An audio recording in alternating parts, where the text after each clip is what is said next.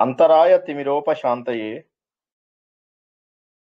శాంతపావనమచింత్య వైభవం తం నరం వపుషి కుంజరం ముఖే మన్మహే కిమపి తుందిలం మహః వసుదేవసుతం దేవం కంసచాణూరమర్దనం దేవకీ పరమానందం కృష్ణం వందే జగద్గురుం శ్రీకృష్ణం వందే జగద్గురుం.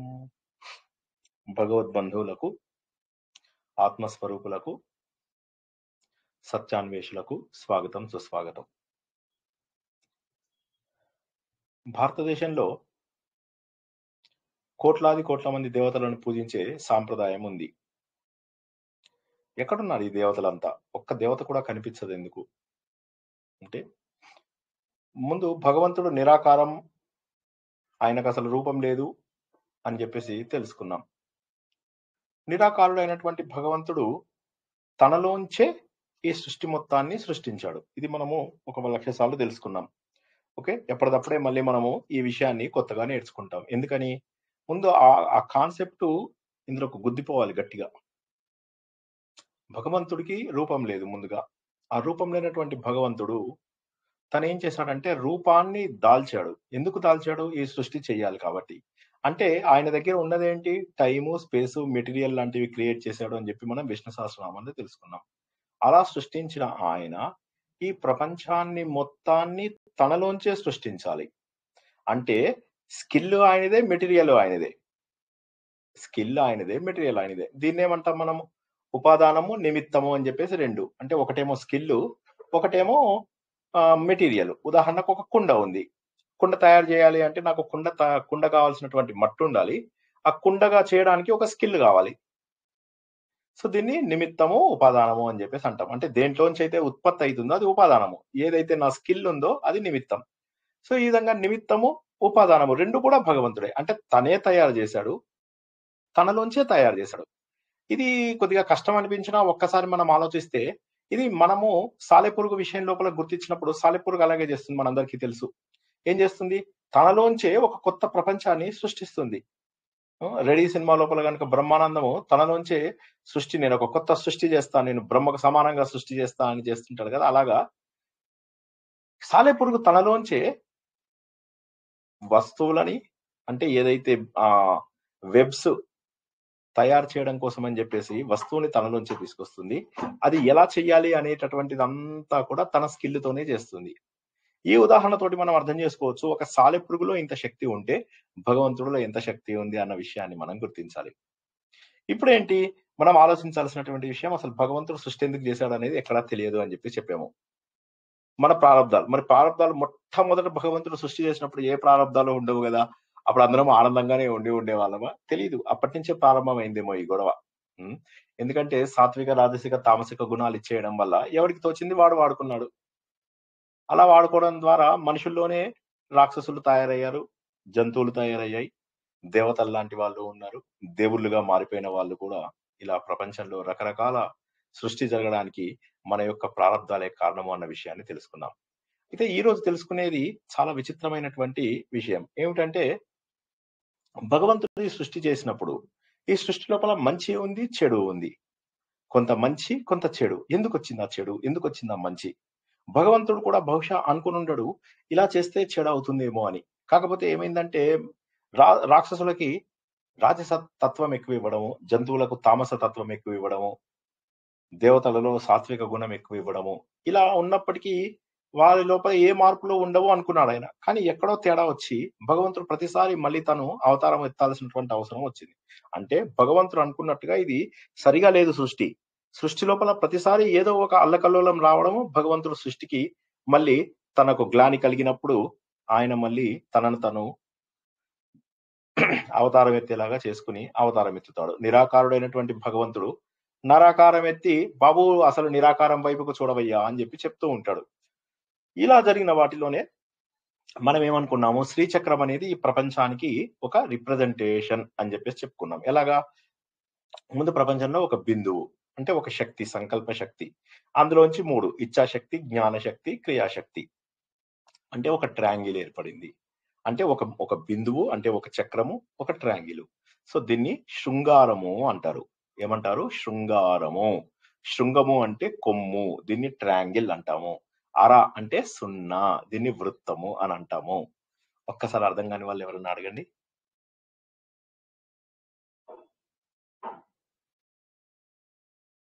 జై శ్రీకృష్ణ సార్. జై శ్రీకృష్ణ. చెప్పండి. ఏం లేదండి, జై శ్రీకృష్ణ అన్నాను అంతే. ఓకే, ఒకసారి ఎవరైనా అర్థం కాని వాళ్ళు ఉంటే అడగండి. శృంగారం అంటే ఏంటి?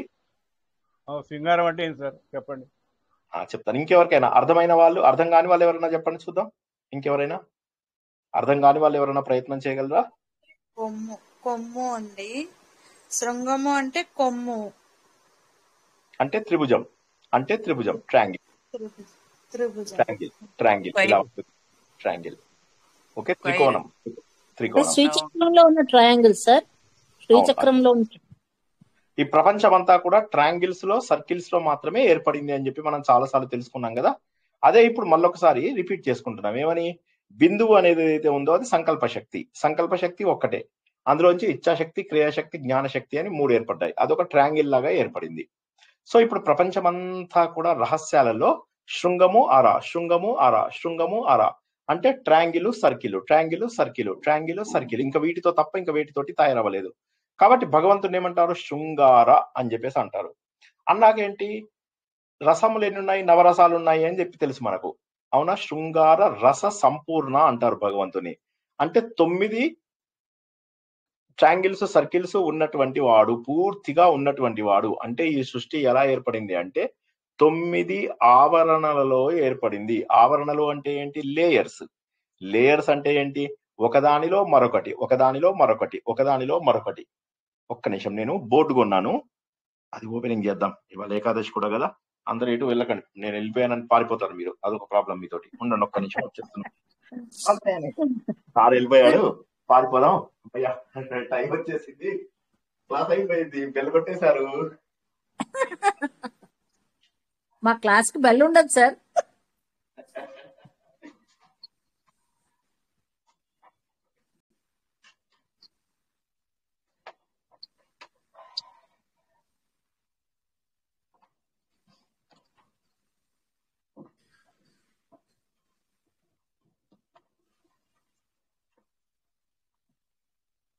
జాగ్రత్తగా అర్థం చేసుకోవడానికి ప్రయత్నం చేయండి. ఇంతకుముందు చాలా సార్లు చెప్పినవే అయినప్పటికీ కూడా ఇవి ప్రతిసారి కూడా కొత్తగా అనిపించడమే కాకుండా, ఎందుకు చేస్తున్నారు ఇవాళ జనాలు ఈ పనులు ఎందుకు చేస్తున్నారు?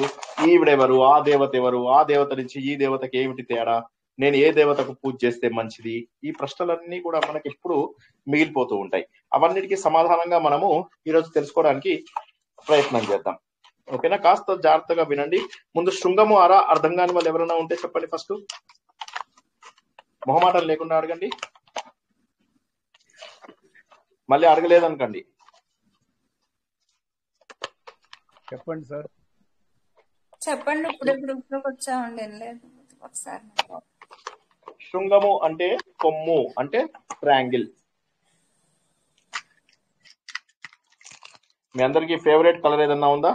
నలుపు, బ్లూ, ఏ కలర్? Red, green. చలో green. Pink sir. Pink pink లేవు నా దగ్గర. పింక్ కి closest red.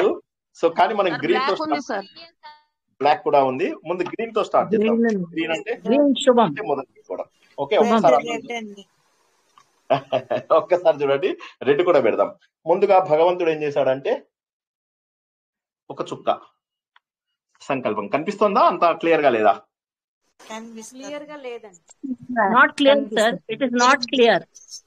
Now it is clear. Now clear. ఇప్పుడు ఇది సంకల్ప శక్తి, భగవంతుడి యొక్క సంకల్ప శక్తి. ఇందులోంచి 3 వచ్చాయి: ఇచ్ఛాశక్తి, క్రియాశక్తి, జ్ఞానశక్తి. కనిపిస్తోందా? లైట్ పడుతోందా దీని మీద? కనిపిస్తుంది.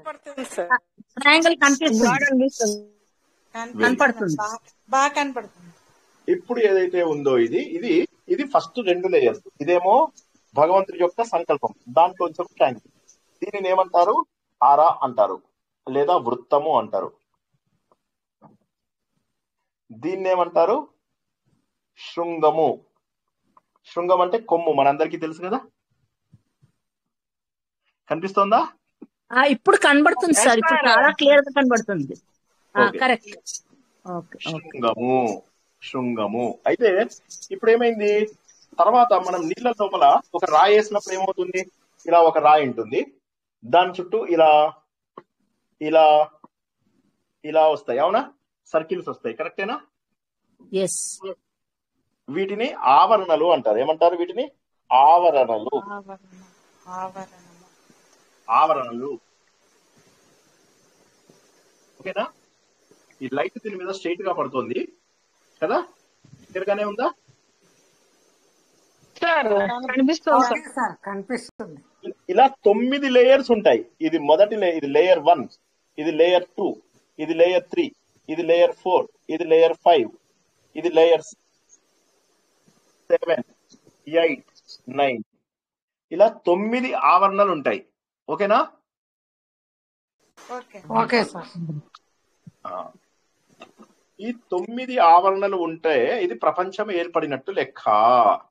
అంటే 9 ఆవరణలలో ప్రపంచం ఏర్పడింది. మొట్టమొదటిది ఊరికే సంకల్పం, భగవంతుడు సంకల్పం మాత్రమే. ఆ తర్వాత వచ్చిన 8 ఏవైతే ఉన్నాయో ఈ 8 అనేవి లేయర్స్. ఈ మొదట్లో మనకేమవుతుందంటే, ఈ పైన మన శరీరం అంతా కూడా, మన శరీరాన్ని పైనుంచి కిందికి తీసుకున్నట్లయితే మన శరీరం అంతా కూడా ఇలా లేయర్స్ లో తయారైంది. అయితే అన్ని సర్కిల్స్ లాగా ఉండవు. మీరు శ్రీచక్రం చూసినట్లయితే కొన్ని ఆవరణలు, కొన్ని లేయర్స్ ఏవైతే ఉంటాయో అవి త్రికోణాలతో తయారు చేయబడి ఉంటాయి. అంటే ఎలా ఉంటుంది, ఇలా ఉంటుంది.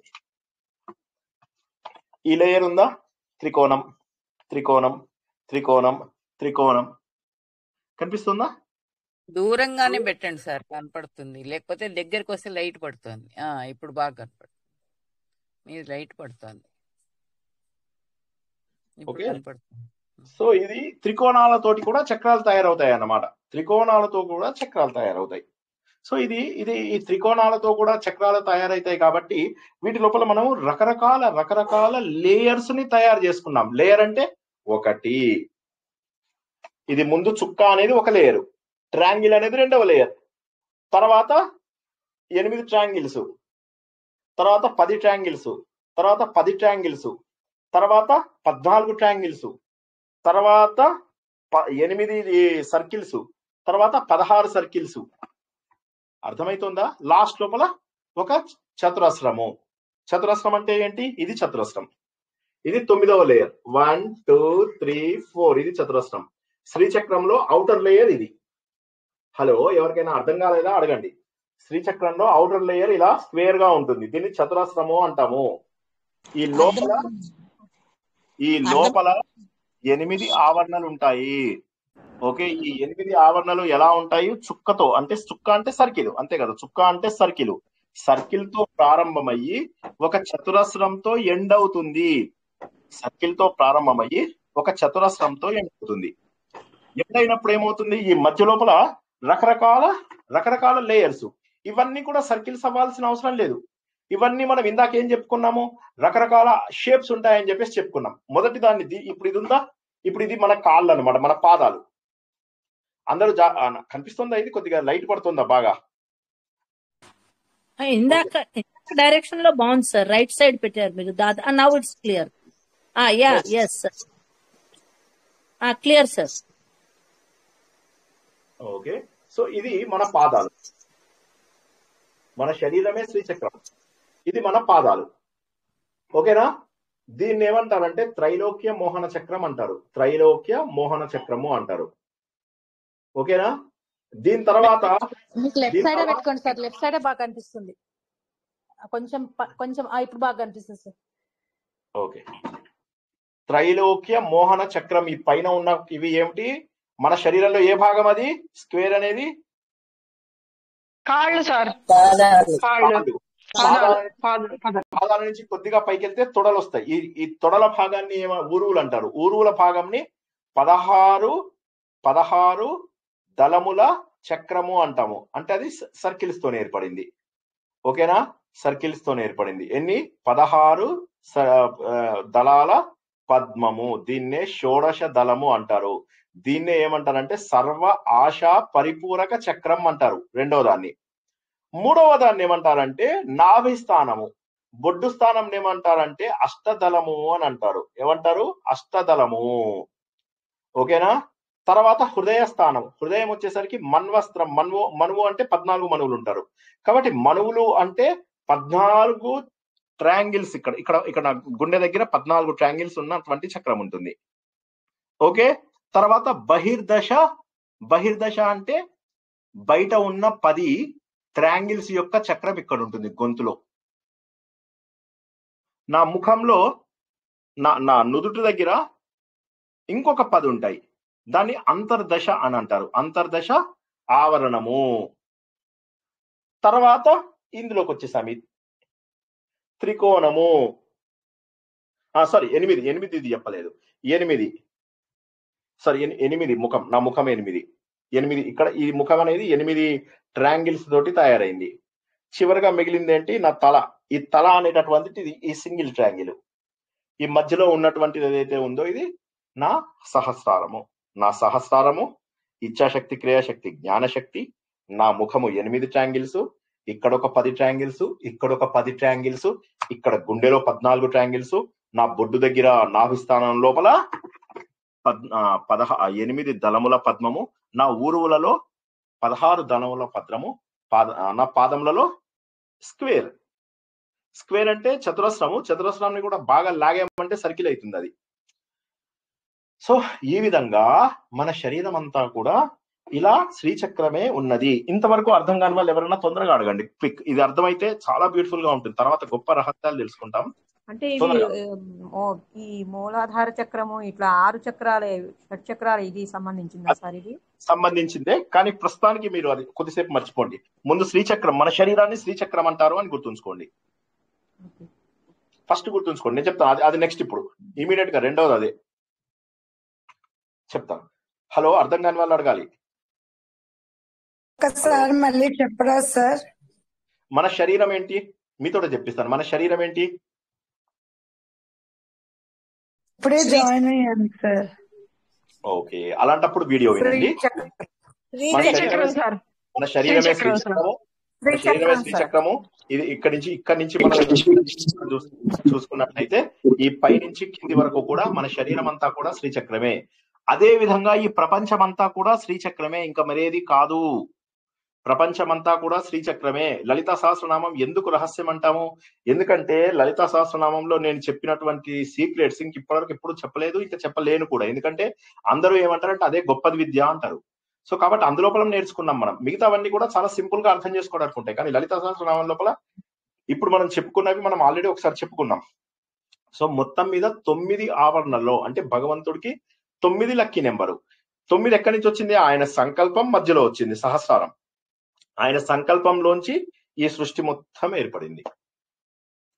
నా కాళ్ళు ఏవైతే ఉన్నాయో, నేను ఎక్కడికన్నా వెళ్ళాలంటే ఫస్ట్ ఎక్కడి నుంచి ఎలా వెళ్తాను? కాళ్ళతో వెళ్తానా, తలతో వెళ్తానా?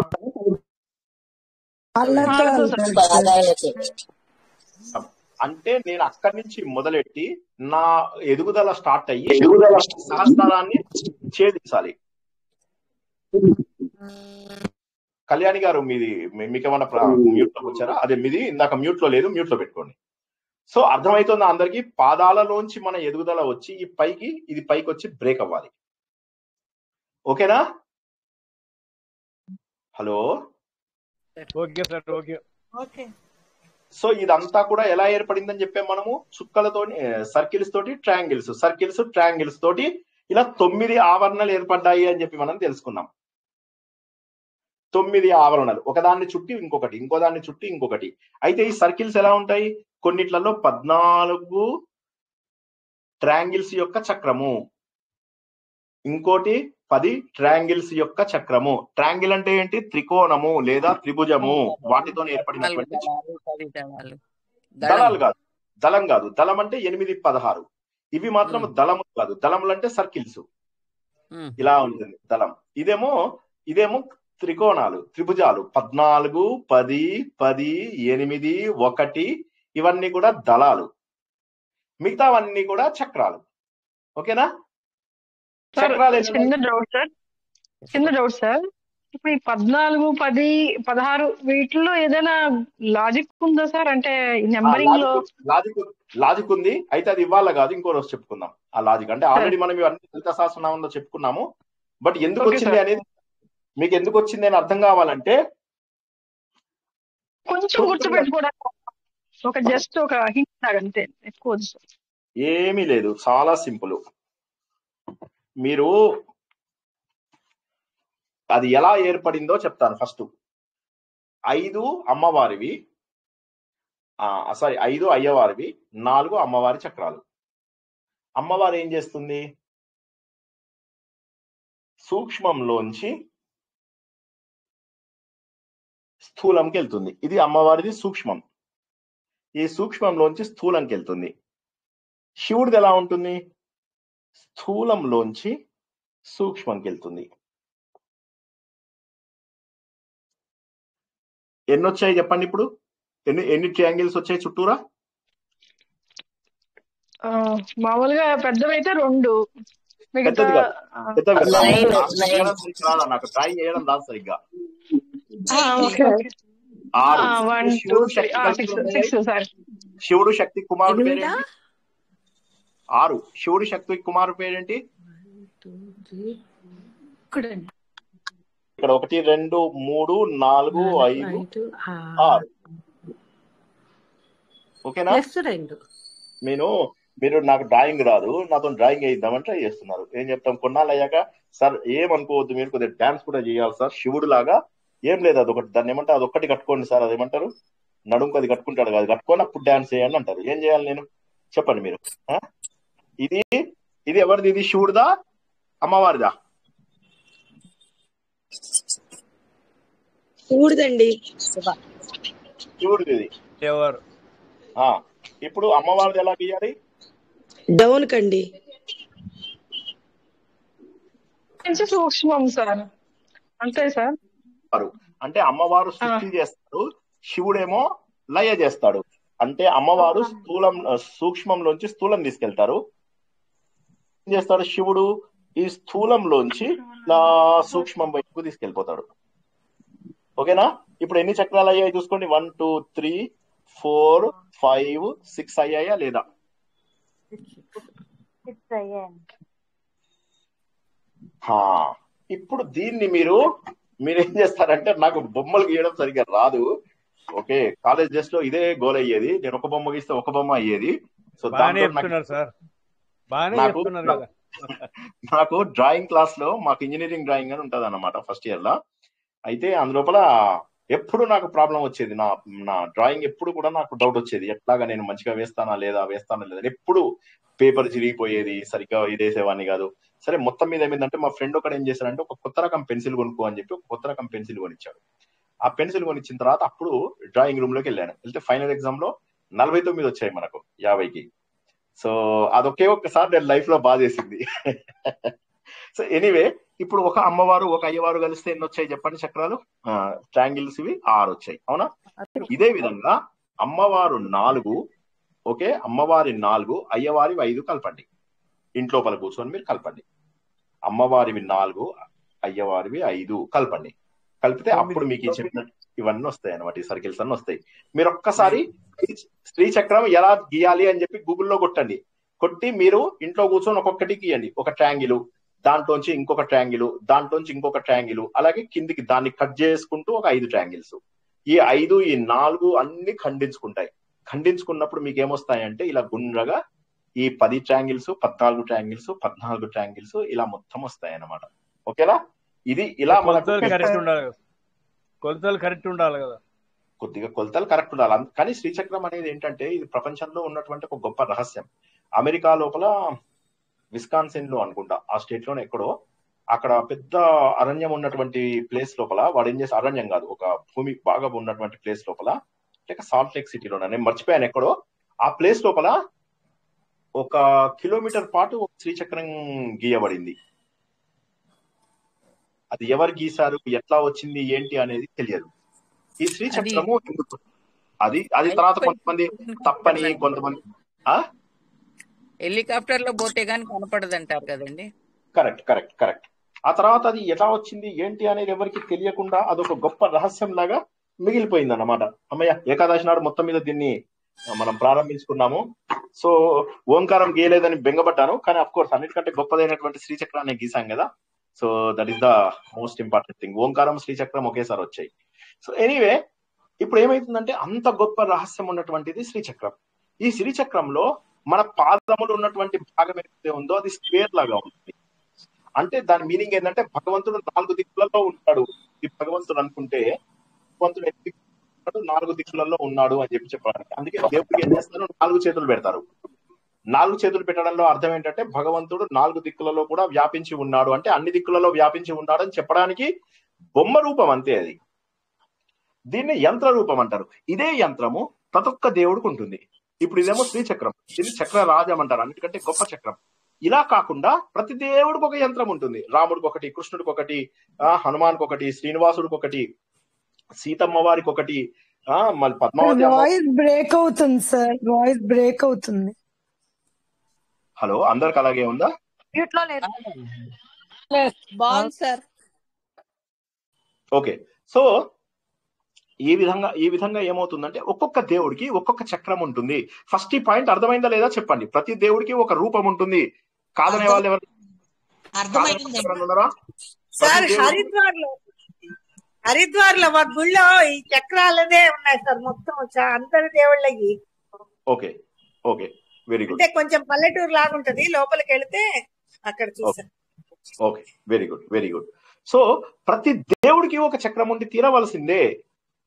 ప్రతి దేవుణ్ణి ఒక రూపంతో పూజిస్తాము, ఒక షేప్, జామెట్రికల్ షేప్ తోటి పూజిస్తాము. ఈ జామెట్రికల్ షేప్ ఏమంటారంటే యంత్రము అని చెప్పేసి అంటాము. ప్రతి దేవుడికి ఒక యంత్రం ఉంటుంది, ప్రతి దేవుడికి ఒక రూపం ఉంటుంది, ప్రతి దేవుడికి ఒక మంత్రం ఉంటుంది. ఈ మంత్రానికి ఒక్కొక్క దానికి ఒక్కొక్క బీజాక్షరం. మంత్రం అంటే మనం ఏమని తెలుసుకున్నాము, హ్రస్వ మంత్రాలు, దీర్ఘ మంత్రాలు ఉంటాయని చెప్పి తెలుసుకున్నాం కదా. విష్ణు సహస్రనామంలో, లలిత సహస్రనామంలో చాలా సార్లు నేను చెప్తూనే పోతున్నాను, మీరు వింటూనే పోతున్నారు కదా. సో అది ఆ మంత్రం ఏదైతే హ్రస్వ మంత్రాలు ఉన్నాయో ఇక్కడికి వచ్చేసరికి ఓం, ఓకే, తర్వాత హం, యం, రం, వం, లం అని చెప్పేసి ఇలా ఒక్కొక్క చక్రంలో ఒక్కొక్క బీజాక్షరం ఉంటుంది అనమాట. అదే విధంగా మన శరీరంలో కూడా ఇప్పుడు మనం చెప్పినట్టయితే మన పాదాల దగ్గర లా అని ఉంటుంది, మన తొడల దగ్గరికి వచ్చేసరికి సా అని ఉంటుంది, మన అష్టదళం అంటే ఎక్కడ వస్తుంది, నాభి దగ్గర వచ్చేసరికి హా అని ఉంటుంది. తర్వాత మళ్ళీ మన హృదయ దగ్గరికి వచ్చేసరికి ఈశ్వరుడు. బహిర్దశార్థం వచ్చేసరికి రా. తర్వాత మళ్ళీ మనకు అంతర్దశార్థం వచ్చేసరికి ముఖము, అంటే ఏ అష్టదళం, అష్ట త్రికోణాలు, ఇక్కడ అష్ట త్రికోణాలు అంటే ఏ, తర్వాత సారీ ఇది కా, తర్వాత నెక్స్ట్ త్రికోణం అంటే ఇది, ఇక్కడికి వచ్చేసరికి నాదం, ఈ మధ్యలో సహస్రారం వచ్చేసరికి ఓంకారం, ఓం. ఈ విధంగా ప్రతి దేవుడికి ఒక మంత్రము, ప్రతి దేవుడికి ఒక యంత్రము, ప్రతి దానికి ఒక అక్షరము ఒకటి మనకు పెట్టి చేస్తారనమాట. అందుకే మనకు ముందు రూపంతో మొదలెడతాం. మనం దేవుళ్ళ గుళ్ళకు పోవడం అవి ఇవి చేస్తాం కదా. ఆ తర్వాత క్రమ పద్ధతిలో ఏం చేయాలి, యంత్రం పూజలు స్టార్ట్ చేయాలి. తర్వాత ఏం చేయాలి, దేవుడి యొక్క మంత్రములని సరిగా పఠించడం అంటూ మొదలెట్టాలి. తర్వాత కుండలినిలోకి వెళ్ళాలి.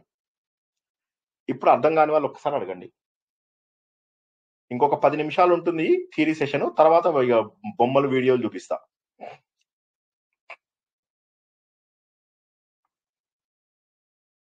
దేవుడికి ఫస్ట్ రూపం, తర్వాత మంత్రం అండి. యంత్రం అంటే జామెట్రికల్ రిప్రజెంటేషన్ ఆఫ్ గాడ్. అంటే సర్కిల్స్, ట్రయాంగిల్స్ ప్రతి దేవుడికి ఒకటి ఉంటుంది. రాముడి యంత్రం అంటే రాముడి యంత్రం దొరుకుతుంది మీకు. కృష్ణుడి యంత్రం అంటే కృష్ణుడి యంత్రం. గణేష్ యంత్రం అంటే గణేష్ యంత్రం. దానికి రూపం ఉండదు. దేవుడి ముఖం, కళ్ళు, చెవులు ఇవన్నీ. ఇప్పుడు కళ్ళు, చెవులు ఎందుకు పెట్టాను చెప్పండి ఒకసారి, చెప్పండి నాకు.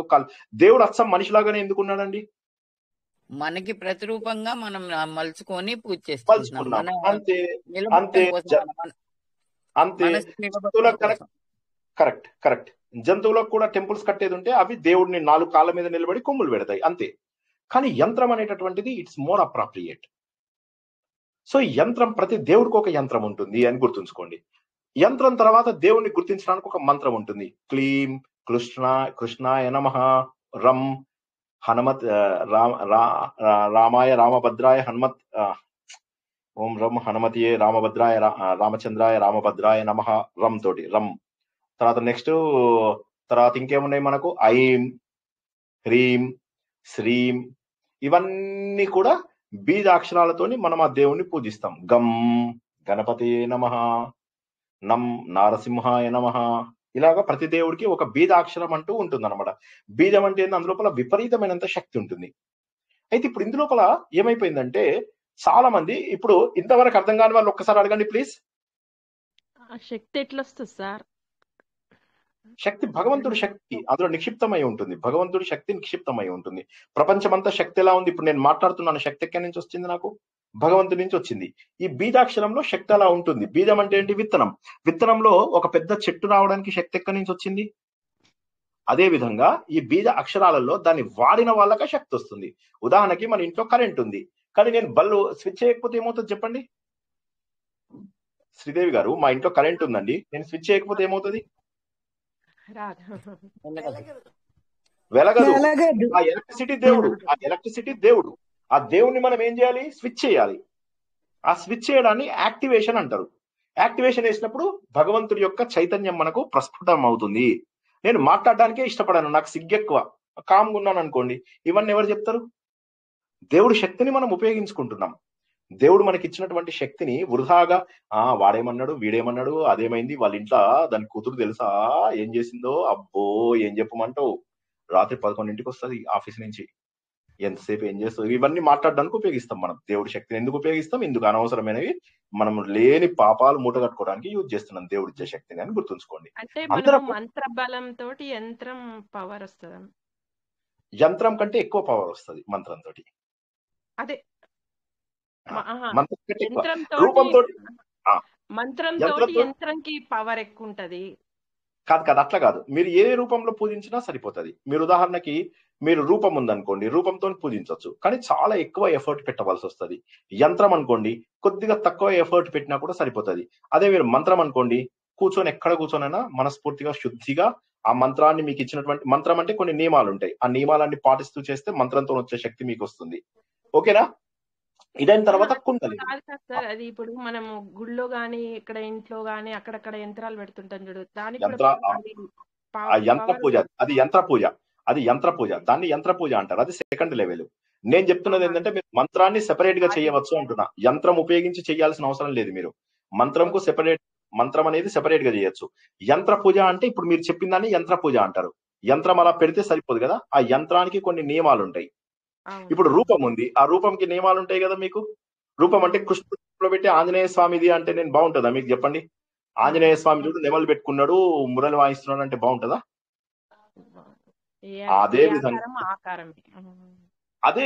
అదే విధంగా యంత్రానికి కూడా కొన్ని నియమాలు ఉంటాయి. ఆ నియమాలకు తగ్గటువంటి పదాలు, మంత్రాలు, నామాలు ఇవన్నీ ఉంటాయి. అవన్నీ చేస్తాం. అదైన తర్వాత ప్రతి దేవుడికి స్పెసిఫిక్ గా ఒక మంత్రం ఉంటది. ఆ మంత్రం చదివినప్పుడు మీరు యంత్ర పూజ చేయాల్సిన అవసరం లేదు. ఆ మంత్రానికి ఉన్న నియమాలు వేరే రకంగా ఉంటాయి, అవి చేయాలి. దేనికదే. ఇవన్నీ ఒక్కొక్క లెవెల్ ఎదగడం. అంటే మనము గుళ్ళల్లోకి వెళ్ళినప్పుడు కుంకుమ పూజ చేయాలంటే ఒక యంత్రం లాంటిది ఇస్తారు, దాని మీద కుంకుమ పూజ చేయమంటారు కదా, అది యంత్ర పూజ. అది రెండవ లెవెల్. అదే నాకు అర్థం. చెప్తారు కరెక్ట్. ఇప్పుడు సార్ రెండవ లెవెల్ పూజ. ఓకేనా? అది రెండవ లెవెల్ పూజ. మీరు చెప్పింది కరెక్టే, అది రెండవ లెవెల్ పూజ. మీరు ఏదైతే ప్రకృతి నమః, వికృతి నమః అనుకుంటూ మీరు కుంకం దాని మీద వేస్తూ ఉంటారు కదా, అది మీరు అది చేయొచ్చు, తప్పేం లేదు. అది యంత్రానికి చేసే పూజ. ఓకేనా? ఒక రకం ఇప్పుడు మనము పెద్ద పెద్ద దేవాలయాల్లో కూడా విగ్రహాల కింద ఉంటది అంటారు. కొందరు ఇంట్లో కూడా యంత్రం పెట్టుకునే ఇల్లు కడతారు కదా సార్. అది యంత్రము ఒక్కొక్క టైప్ మీరు చెప్పే లెవెల్. మెయిన్ డోర్ కాడ పెడతారు, మెయిన్ డోర్ కాడ. కరెక్ట్. ఆ యంత్రం నుంచి మనకు కొంత శక్తి వస్తుంది. అంటే ఇప్పుడు ఏం చేస్తామంటే మనం ఏం చేస్తామంటే ఒక సైన్యాధిపతుల్ని, ఒక సైనికుల్ని, ఒక ఇద్దరు ముగ్గురు బౌన్సర్స్ ని, ఇంతమందిని కూడా పెట్టుకున్నట్టుగా రకరకాల శక్తుల ద్వారా మనం పూజ చేస్తాం. ఒకదాంతో పూజ చేస్తే సరిపోతుంది, ఒకదాన్ని పద్ధతిగా చేస్తే సరిపోతుంది. కానీ మనం ఏం చేస్తున్నాం, మల్టిపుల్ వేస్ లోపల పూజ చేస్తున్నాం. ఎందుకంటే ఒకదానిపైన నమ్మకం ఉండకపోవడము, లేదా దానికి చెప్పినటువంటి పద్ధతులు వేరే వాటితో మిక్స్ అవ్వడం, ఏదో ఒకటి పని చేస్తుందిలే అని చెప్పి పెట్టుకోవడం. కానీ యాక్చువల్ గా అవసరం లేదు. యాక్చువల్ గా అవసరం లేదు. ఏమన్నా దోషాలు ఉంటే వేరే యంత్రాలు పెట్టుకుంటారు. మళ్ళీ ఆ యంత్రాలు కూడా ఉత్తగా పెట్టారు, డైరెక్ట్ గా పెట్టారు. మళ్ళీ దానికి ఒక పెద్ద ప్రొసీజర్ ఉంటుంది. ఆ యంత్ర పూజ చేసి దాని నియమం ప్రకారం ఇంట్లోపల కొంత తవ్వి పెడతారు. ఓకేనా? అవునవును, అర్థమైంది sir. Okay, thank you. Sure. ఇప్పుడు ఈ విధంగా మనం ఏమనుకున్నాము, కింద నుంచి పై వరకు మనం ఎదగాలి. ఎదగాలి అంటే ఏం చేస్తాం, ఎలా ఎదుగుతాము? మన పాదాల దగ్గర నుంచి ఎదగాలి. అయితే పాదాలకు వచ్చే శక్తి ఎక్కడి నుంచి వస్తుంది మనకు? పాదాలలో ఎవరుంటారు? ఏ చక్రం ఉంటుందని చెప్పాను ఇందాక? త్రైలోక్య మోహన చక్రం లేదా భూపుర చక్రం అని చెప్పేసి అనుకున్నాం మనం. అవునా? భూపురం. ఈ భూపురం అంటే ఇది, ఈ పార్ట్, ఈ స్క్వేర్ పార్ట్ ఏదైతే ఉన్నదో ఇది మన పాదాల పార్ట్. అక్కడి నుంచి శక్తి రావాలి. అయితే అక్కడ మనకి ఏమైపోయిందంటే మనకు అష్టమాతృకలు అని చెప్పేసి అక్కడి నుంచి యాక్టివేట్ అవుతారు. అంటే మన శరీరం మొత్తం వాళ్ళే యాక్టివేట్ అవుతారు. ఇది ఒక్కటి జాగ్రత్తగా గుర్తించండి. అష్టమాతృకలు. ఈ అష్టమాతృకలు ఎక్కడి నుంచి వచ్చారు అంటే ఇంద్రుడి యొక్క శక్తిని ఇంద్రాణిగా, కుమారస్వామి శక్తిని కౌమారిగాను, తర్వాత విష్ణుమూర్తి శక్తిని వైష్ణవిగాను, బ్రహ్మదేవుడి శక్తిని బ్రాహ్మణిగాను, చాముండ తర్వాత వరాహస్వామి శక్తిని వారాహిగాను, ఈ 7 మాతృకలని సప్తమాతృకలు అని అంటారు. దీనికి ఎడిషనల్ గా మనకు లలిత సహస్రనామంలో 8వది మహాలక్ష్మి అని ఉంటది.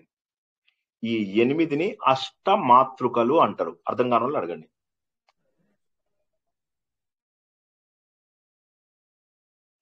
మళ్ళీ ఇంకోసారి చెప్పండి సార్. విష్ణువులో పవర్ ఎవరిలో వస్తుంది? వైష్ణవి. బ్రహ్మదేవుడు బ్రాహ్మణి. బ్రాహ్మణి. బ్రాహ్మి కూడా సరిపోతుంది. మహేశ్వరుడు పవరు మాహేశ్వరి. మాహేశ్వరి. ఇంద్రుడు పవరు కుమారస్వామి పవరు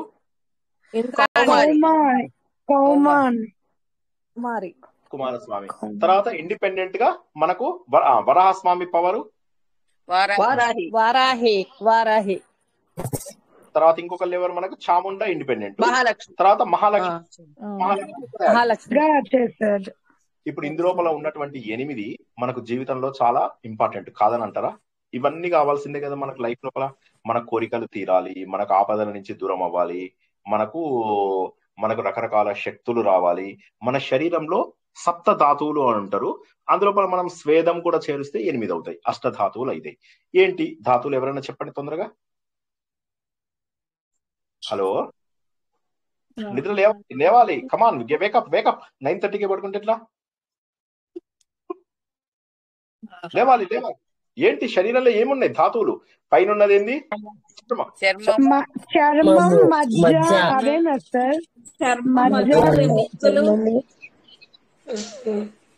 చెప్పండి. చర్మము, రక్తము, మాంసము, మజ్జ, మేధ, అస్థి. ఇందులోపల మనకు చర్మం అనేది కనుక తీసుకున్నట్లయితే ఇది నీరు, క్షీరము, స్వేదము అని 3 రకాలుగా ఉంటుంది అన్నమాట. సో ఇది మొత్తం కలుపుకుంటే మనకు రక్తము, మాంసము, చర్మము, ఇలా 2 కలుపుకోండి. చర్మము +2 5 అయినాయి. మజ్జ, మేధ, అస్థి ఎన్నైనాయి? 8 అయినాయి. ఓకే, ఈ 8 మనకు ధాతువులు. 8టికి ఏమైందంటే మన శరీరం లోపల భగవంతుడు ఏం చేశాడంటే శరీరంలో ప్రతి అణువుకి కూడా ఒక దేవత ఉంటారు. మన శరీరంలో కొన్ని కోట్ల కొద్ది నాడులు ఉన్నాయి. నాడులు అంటే మన నరాలు ఏవైతే, నరాల సిస్టమ్ ఏదైతే ఉన్నదో దీన్ని నాడీ సిస్టమ్ అంటారు. ఈ నాడీ సిస్టమ్ ఏం చేస్తుంది? మన శరీరం మొత్తము కూడా శక్తిని తీసుకెళ్తుంది.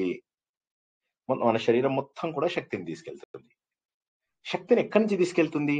శక్తి ఎక్కడి నుంచి వస్తుందో ఫస్ట్ గుర్తిస్తే శక్తి ఎక్కడి నుంచి తీసుకుంటుందో తెలుద్దాం. మన శరీరంలో కొన్ని శక్తి కేంద్రాలను ఉంటాయి. వీటిని పవర్ హౌసెస్ అంటారని మనం ఇంతకుముందు తెలుసుకున్నాం. 1, 2, 3, 4, 5, 6, 7, 8, 9, 10. ఇవి 10. ఇలాగా చాలా ఉంటాయి మన శరీరంలో. అన్ని పవర్ హౌసెస్ లో కంటే ఎక్కువ పవర్ హౌసెస్ మనకు షట్చక్రాలలో ఉంటాయి. ఇప్పుడు అర్థం కాని వాళ్ళు అడగండి. ముందు ధాతువులు అర్థమైనాయి కదా అందరికి? అర్థం కాని వాళ్ళు అడగండి ఒకసారి తొందరగా. మనకు నమస్తే సార్, నాగసుజాతని మాట్లాడుతున్నానండి. చెప్పండి సార్. సప్త ధాతువులు అంటారు కదా మీరు, అష్ట ధాతువులు అంటారు సార్. అవును, అందులోపల మనం స్వేదం ఒకటి యాడ్ చేసామని చెప్పే కదా. ఓకే సార్, అదే అర్థం కాలేదు సార్. నమస్తే సార్. అది చెప్పాను ఆల్రెడీ ఇందాక, no problem. Next. Okay sir, నమస్తే. వినలేదు. ఓకే. అందరూ జాగ్రత్తగా వినండి. సో ఇప్పుడు ఇదైన తర్వాత ఇప్పుడు ఈ ధాతువులను కొద్దిసేపు పక్కన పెట్టండి. ఈ ధాతువులు మన శరీరం మొత్తం లోపల వ్యాపించి ఉన్నాయి అని ఒప్పుకుంటారా లేదా? ముందు ఒకసారి చెప్పండి అందరూ. ఒప్పుకుంటాం. శరీరం అంతా ఉన్నాయి. ఇవి కాక ఇంకా వేరే ఏముంటాయి? ఇవే ఉన్నాయి అన్ని. అయితే వీటి లోపలికి శక్తి ఎక్కడి నుంచి వస్తుంది? శక్తి ఎక్కడి నుంచి వస్తుంది అంటే మీ నాడీ వ్యవస్థ నుంచి వస్తుంది. నాడీ వ్యవస్థ అంటే ఏంది? రక్త ప్రసారం. ఉదాహరణకి నా శరీరంలో గ్లూకోజ్ ఉందనుకో, నా శరీరం ఏం చేస్తుంది? రక్తం ఏం చేస్తుంది? ఆహారాన్ని వాటిని తీసుకెళ్లి వివిధ భాగాలకు అది పడేస్తుంది. ఇది నేను ఇంతకు ముందు ఒకసారి ఏం చెప్పాను మీకు, ఒకడు వ్యాన్ లోపల వెళ్తూ అన్ని ఫుడ్ ప్యాకెట్స్ పడేస్తూ వెళ్తున్నాడు. మన శరీరంలో అవన్నీ ఏం చేస్తున్నాయి అంటే, ఆ రక్తం ఏమో ఒక క్యారియర్ అన్నమాట. రక్తం ఏం చేస్తుంది? అన్ని చోట్ల ప్రవహిస్తూ ఈ యొక్క శక్తిని అందరికి అందించేస్తూ ఉంది మన శరీరంలో డిఫరెంట్ భాగాలకి. దీన్ని నాడీ వ్యవస్థ అంటారు. అయితే ఈ నాడీ వ్యవస్థకు ఆహారం ఎవరిస్తారు? మన శరీరంలో. అంటే మనం ఇట్లా పీకల దాకా తింటున్నాం. నైట్ 9 అయినా కూడా సరే ఇట్లా వేలు పెడితే అంత తింటున్నాం కదా. సో అది మనకు శరీరానికి శక్తి ఇస్తుంది. కానీ మరి దానికి ఎవరు శక్తి ఇస్తారు? మన శరీరానికి చక్రాల ద్వారా శక్తి వస్తుంది. అందరికి అర్థమైందా ఈ పాయింట్ లేదా? 6 చక్రాలు ఉంటాయి మనకు. సహస్రారంతో కలుపుకుంటే 7 చక్రాలు. ఈ 7 చక్రాలు ఏం చేస్తాయంటే పవర్ తీసుకుంటాయి. ఈ పవర్ ఎక్కడి నుంచి వస్తుంది? మీరు తీసుకునేటటువంటి శ్వాస ద్వారా పవర్ వస్తుంది. రోజుకి ఎన్ని వేల శ్వాసలు తీసుకుంటాం? ఎవరికైనా మర్చిపోయారా? జ్ఞాపకం ఉందా ఎవరైనా? 27,000.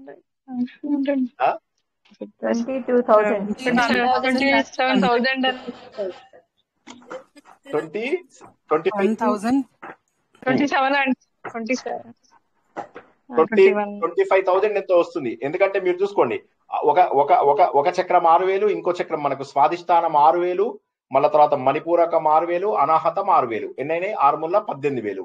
18,000 మీకు విశుద్ధి చక్రం 1000 తీసుకుంటుంది. మూలాధార చక్రం అన్నిటికంటే తక్కువ తీసుకుంటుంది, 600. ఆజ్ఞాచక్రం 1000 తీసుకుంటుంది. సహస్రారం 1000 తీసుకుంటుంది. 3,000 ప్లస్ 18, 6 ముళ్ళ 18, 18, 19, 20,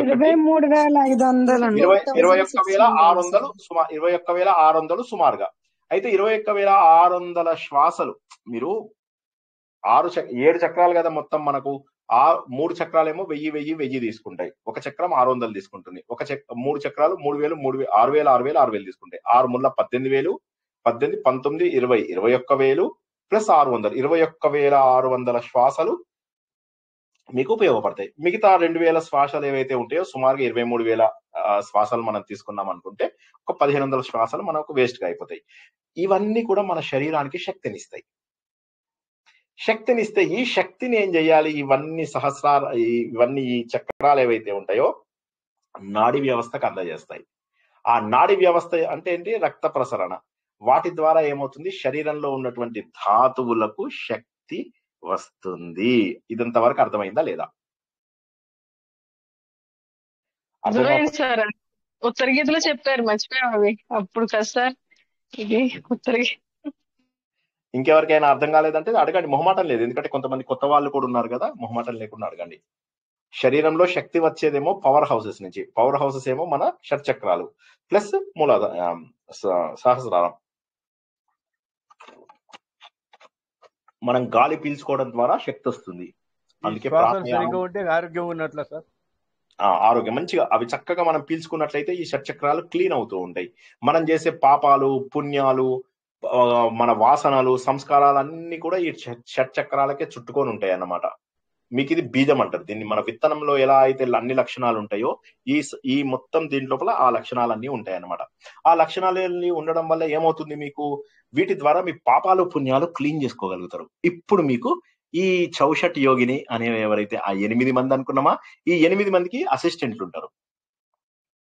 ఆ 8 మందికి అసిస్టెంట్లు ఎవరైతే ఉంటారో వాళ్ళు ఉపదేవతలు. ఈ ఉపదేవతలు ఎవరైతే ఉంటారో వాళ్ళు 64 మంది. 8 ఎంత? 64 మంది. ఈ 64 మందికి వాళ్ళు ఏం చేస్తారంటే మీరు చేయండి ఈ పని అని చెప్పేసి చెప్తారు. కొంతమంది చర్మాన్ని టేక్ కేర్ చేస్తారు, కొంతమంది రక్తాన్ని టేక్ కేర్ చేస్తారు, కొంతమంది శుక్లాన్ని టేక్ కేర్ చేస్తారు, కొంతమంది ఎముకలని జాగ్రత్తగా చూసుకుంటారు. ఇలా ఒక్కొక్కళ్ళు ఒక్కొక్క రకంగా 8 64 మంది. ఇప్పుడు వీళ్ళ ద్వారా మనకు 7 చక్రాలు యాక్టివ్ ఉండాలి కదా సార్. 7 చక్రాలు యాక్టివ్ ఉండాలి. ఏది తక్కువ ఉన్నా రోగం ఉన్నట్లే అన్నట్టు. రోగాలు ఉంటాయి, కంపల్సరీగా రోగాలు ఉంటాయి. ఏ చక్రమో యాక్టివ్ ఉండదు మనకు. ఎందుకంటే మనకు కింద మూలాధార చక్రం దగ్గర కుండలిని ఉంటుంది. ఆమె పడుకొని ఉంటుంది, ఇలా 3 చుట్లు తిరిగి పడుకొని ఉంటది. చాలా మందికి 100కు 99% మందికి పడుకొని ఉంటది. ఈ సహస్రారంలో శంకరుడు ఉంటాడు. ఈ కుండలిని ఇలా లేవాలి, లేచి ఇలా ఒక్కొక్క చక్రం దాటుకుంటూ వీళ్ళిద్దరు కలిసిపోవాలి. దీన్ని మోక్షం అంటారు. ఇది మోక్షం కావాలి అంటే ఒక్కొక్క చక్రానికి పాపాలన్నీ క్లీన్ అవ్వాలి. ఇగో ఇది సహస్రారం, ఇది మూలాధారం. కుండలిని చాలా మందికి యాక్టివేట్ అవ్వదు కాబట్టి ఏం పర్వాలేదు, ఇక వాళ్ళకి గొడవే లేదు, ఏం రాదు వాళ్ళకి. యాక్టివేట్ చేసుకున్న వాళ్ళు ఇలా ఉంటారు. ఇదేం చేస్తుంది, పాపాలను క్లీన్ చేసుకుంటూ వెళ్తది. ఇక్కడ దేవుడితో కలిసిపోతుంది. ఇలా శివ శక్తి యొక్క ఐక్యత ఏదైతే ఉంటుందో దాన్ని యోగం అంటారు.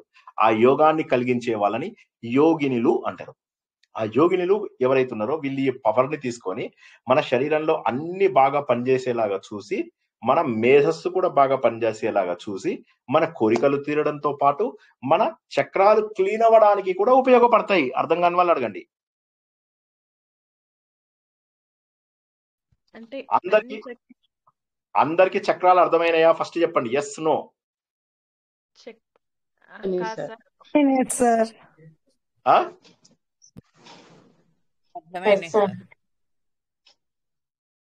శ్రీవల్లి గారు అర్థమైందా? అర్థమైంది సార్.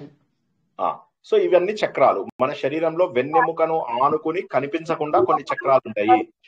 ఈ చక్రాల చుట్టూ పాపాలు పుణ్యాలు అన్ని పోగు చేసుకొని ఉంటాయి. ఇక్కడ కుండలిని యాక్టివేట్ కాని వాళ్ళకి ఇలా ఉంటుంది. అది యాక్టివేట్ అయినప్పుడు ఏమవుతుంది, అది మెల్లగా పాపాలను కరిగేసుకుంటూ వెళ్తుంది. దానివల్ల ఏమవుతుంది, ఇదే జన్మ లోపల మనకు మోక్షం కూడా రావచ్చు. కొంతమంది సార్ మనకి అది పైకి వెళ్తున్నట్టు తెలుస్తుందా? మనకి తెలుస్తుంది, గ్యారంటీగా తెలుస్తుంది. ఒక స్టేజ్ తర్వాత తెలుస్తుంది. అంటే ఇప్పుడు పూజలు పునస్కారాల ద్వారా అది ఎదగదు జనరల్ గా, ఎందుకంటే అది లో లెవెల్ ఫామ్ కాబట్టి దాని నుంచి ఎదగదు. ఎందుకంటే అందులోపల భక్తి కంటే కూడా మనకు కోరికలు అవి ఎక్కువ ఉంటాయి కాబట్టి జరగదు. కానీ అవి ఎలా జరుగుతాయో ఇప్పుడు చెప్తున్నాను, ఓకేనా? అది తెలుస్తుంది, గ్యారంటీగా తెలుసు, 100% తెలుస్తుంది. 100% తెలుస్తుంది. ఎలా తెలుస్తుందో చెప్తాను. ముందు ఫస్ట్ ఇది ఇంతవరకు అర్థమైందా లేదా?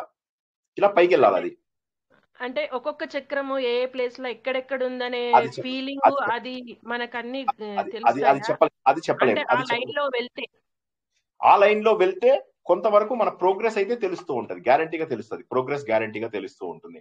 మన లోపల పరిణతి వస్తూ ఉంటుంది. ఒక చక్రం దాటామంటే మనం నీళ్ల మీద నడవడం ప్రారంభమవుతుంది. ఒక చక్రం దాటామంటే అగ్గిలో కాలు పెట్టగలుగుతాము. ఒక చక్రం దాటామంటే ఎక్కువ గాలి పీల్చుకోకుండానే వెళ్తాము. ఇట్లా కొన్ని ఉంటాయి వాటికి. పృథ్వీ, కొంతమందికి భూమి మీద నుంచి ఇలా లేచి నడుచుకుంటూ వెళ్ళగలుగుతారు. ఒక్కొక్క చక్రం క్రాస్ అయితే తెలుస్తుంది. కానీ ఆ సాధన మనలో అంత చేయగలిగితే, ఉదాహరణకి మూలాధార చక్రం అంటే మనము టాపిక్ డీవియేట్ అయితేమేమో అన్న భయం. ఇవాళ ఇంకా అసలు చెప్పుకోలేదు మనము. మూలాధార చక్రం భూమి తత్వం. మూలాధార చక్రం కనుక క్లియర్ అయిందంటే మనకు భూమితోనే సంబంధం ఉండదు. భూమి మీద ఇలా లేచి నడుస్తాం. నెక్స్ట్ భూమి నుంచి కొద్దిగా పైకి వెళ్తే మీకు ఏమొస్తుంది, మూత్రపిండాల ఇది అంటే నీళ్లు. సో ఆ నీళ్ళ దీనికి మీరు బయటకు వచ్చేస్తారు. అక్కడి నుంచి కొద్దిగా మీరు పైకి వస్తే ఏమవుతుంది, జఠరాగ్ని. అగ్నితోటి మీకేం సంబంధం ఉండదు. గుండె దగ్గరికి వస్తారు, వాయుతోటి మీకేం సంబంధం ఉండదు. ఇలాగా ఒక్కొక్క భాగం దగ్గరికి వచ్చినా కొద్ది ఏమవుతుందంటే మీకు ప్రకృతి శక్తుల పైన నియంత్రణ వస్తుంది, అది తెలుస్తుంది. క్లియర్? నాగ సాధువులు వాళ్ళందరూ చేసేది అదే కదా సార్, అవన్నీ దాటి వెళ్ళినట్టు. చాలా మందికి అది దాటి ఉంటుంది, అందుకోసమే వాళ్ళు మనకు కనిపించాలి. ఇది కాక అష్టసిద్ధులు అని ఉంటాయి. అవి కూడా మనకి ఇవి చేస్తుంటే అవి దొరుకుతూ ఉంటాయి. అష్టసిద్ధులు అన్ని కూడా మనకి ఇవన్నీ తెలుస్తూ ఉంటాయి. ఇక ఎక్కడ వెళ్తే ఏ సిద్ధి వస్తుంది, ఎక్కడ ఉన్నప్పుడు ఏ సిద్ధి వస్తుంది అనేది మనకు చాలా క్లియర్ గా తెలుస్తుంది. ఉదాహరణకి మీరు మూలాధార చక్రం దాటారనుకోండి, మీకు అనిమా అనేటటువంటి శక్తి వస్తుంది. అలాగే మీరు ఆజ్ఞా చక్రం దాటారనుకోండి, మీకు ప్రాకామ్యం అనేటటువంటి శక్తి వస్తుంది. ఇలాగ మీకు అవన్నీ ఇవాళ చెప్పలేను కదా, మనం ఆల్రెడీ ఇవి తెలుసుకున్నాం. మీకు విశుద్ధి చక్రం దగ్గరికి వచ్చాము, మీకు వశిత్వం అనేటటువంటి శక్తి వస్తుంది.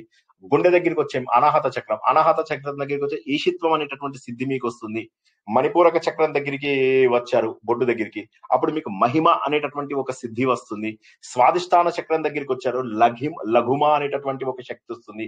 ఇలా మీకు రకరకాల శక్తులు ఆటోమేటిక్ గా వస్తాయి.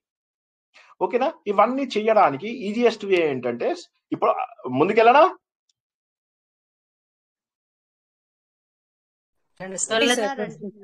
ఎట్లా దాటుకొని రావాలి సార్? ఎట్లా దాటుకునేదంటే అవి ఏం చేయాలా? అవి దాటుకునేదానికి అది చేద్దాం. ముందు ఇంతవరకు ఇలా అవుతుంది అని ముందు ఇది చూద్దామా? ఇవాళ టాపిక్ కి మనము స్టిక్ ఆన్ అయి ఉందాం.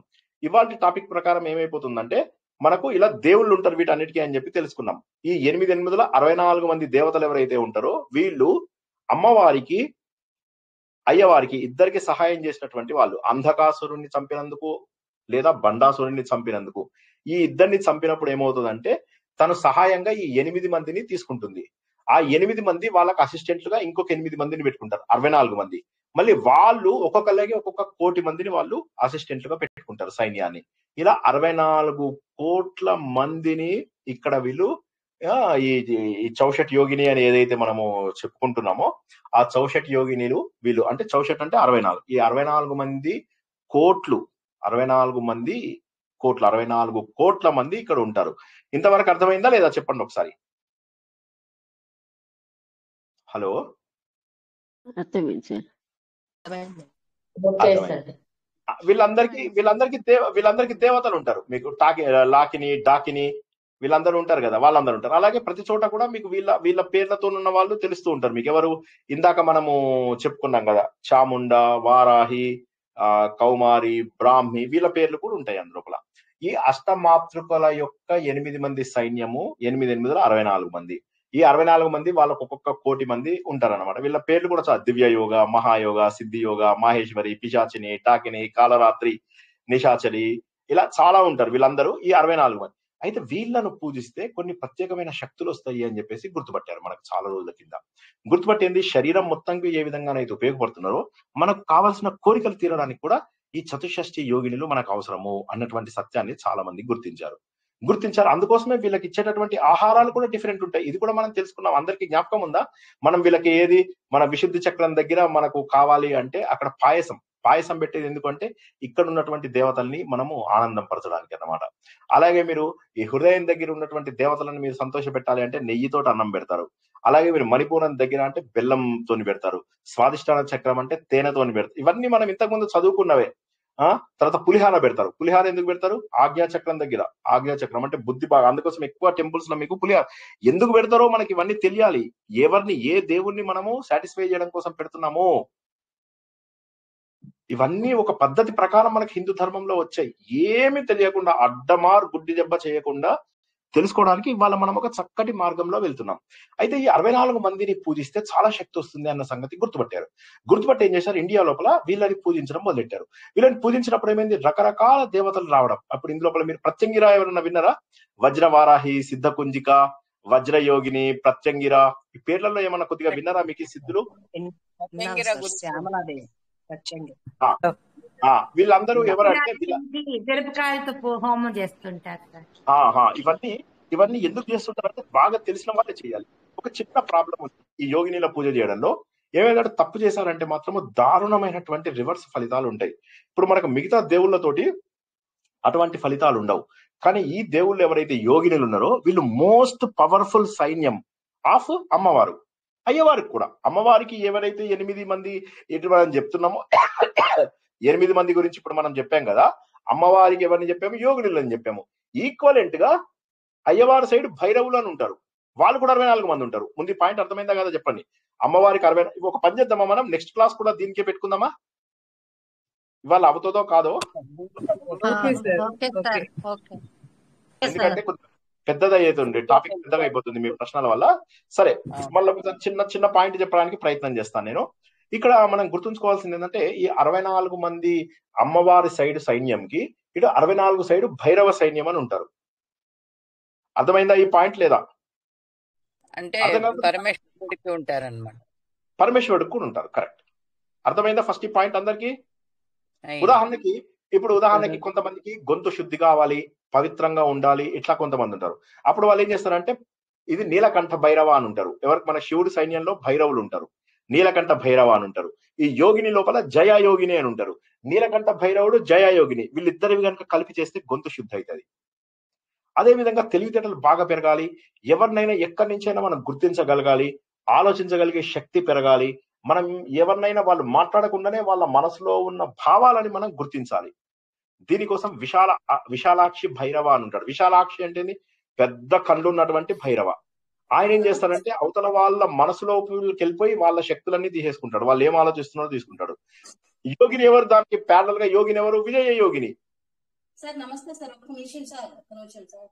మరి ఇప్పుడు నీలకంఠ భైరవ అని చెప్పారు కదా, పిల్లలకి ఇప్పుడు ఆర్టిజం అని వస్తుంది కదా సార్, అది ఇది సాధన చేస్తే వాళ్ళకి ఏమైనా ఉపయోగపడుతుందా? ఇది ఒక్కడ క్లారిటీ చెప్పండి సార్.